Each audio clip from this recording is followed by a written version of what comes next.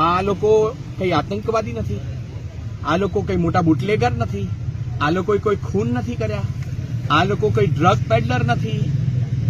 અને છતાં પણ એમને મજબૂર કરીને ડીએસપીએ એમની પાછળ ઉભા રાખ્યા કે જ્યારે બહુ મોટા પીઢ ગુનેગારો હોય. એટલે આજે ડિસ્ટ્રિક્ટ સુપરિન્ટેન્ડન્ટ પોલીસને કહ્યું કે જે ઘટના આ પાટીદાર દીકરી સાથે થઈ છે એ સિવાય બાકીના 3 આરોપીઓને પણ પોલીસ કસ્ટડીમાં મારવામાં આવ્યા છે, અને એમને જ્યારે મારતા હતા ત્યારે આ ડિસ્ટ્રિક્ટ સુપરિન્ટેન્ડન્ટ ઓફ પોલીસ એ હાજર હતા ત્યાં.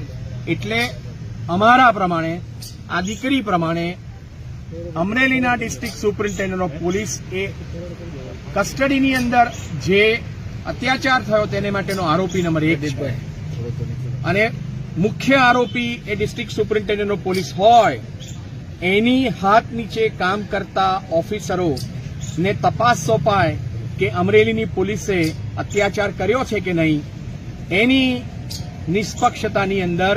દીકરીને વિશ્વાસ નથી, એટલે અમે સીટને સ્વીકાર કરતા નથી.